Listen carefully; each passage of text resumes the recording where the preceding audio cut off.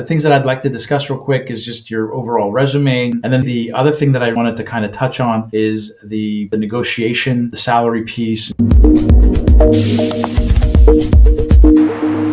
Hey there guys, Rasul with Data Talent Advisors. Wanted to put together a quick little video today going over job hunting tips based on some conversations that I've been having with different candidates the last few weeks, and just wanted to share some of that guidance with the rest of you. Hopefully it helps. So things that I'd like to discuss real quick is just your overall resume, just how you're presenting yourself online on LinkedIn, that kind of thing. And then the other thing that I want to touch on is the negotiation, the salary piece, and just some of the other considerations and closing. Okay, so we'll just work on those 2 points. I think that's going to be plenty of content, but wanted to start off first of all with the resume. And I had a question about, gentleman was 15, 18 years that he'd been working, and he was a senior data engineer, was wondering if he should be using a one-page resume or not. And what I saw in the one-page resume is that really much of the information that was needed, especially with somebody with that level of experience and what an employer is going to look for, wasn't really there because he was trying to squeeze everything in. I think when you get beyond the 15-year mark, you can go to 2 pages, no problem, because especially as companies are becoming more and more mature from a data strategy standpoint, they're not just looking for people that have barely worked with particular tools, especially from a data engineer or a data architect. They really want to see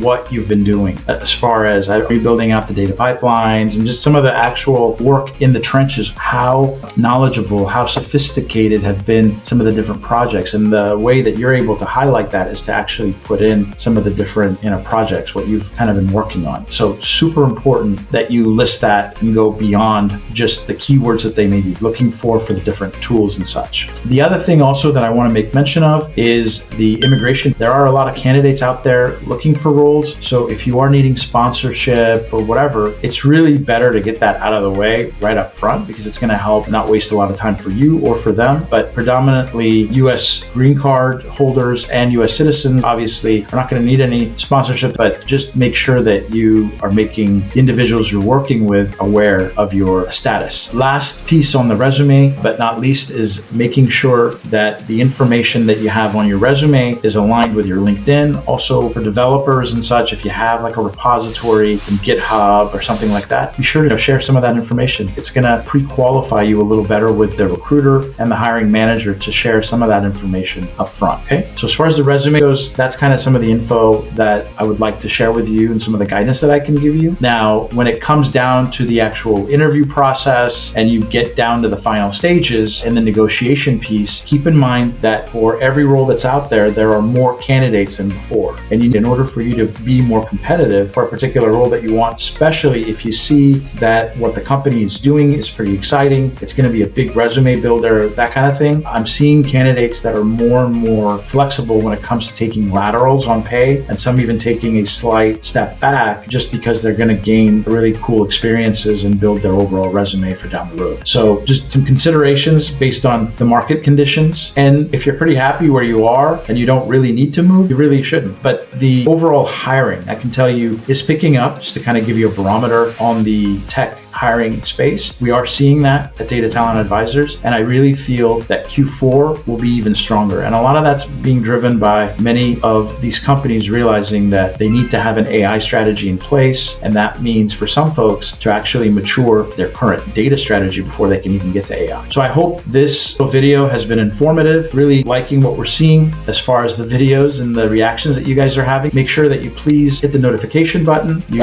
like our video, you share it with your colleagues. You can always get information on jobs and anything else you'd like to know about data and analytics and AI roles at www.datatalentadvisors.com. And for right now, I want to thank you for your time, and I'm over and out of here. Bye-bye.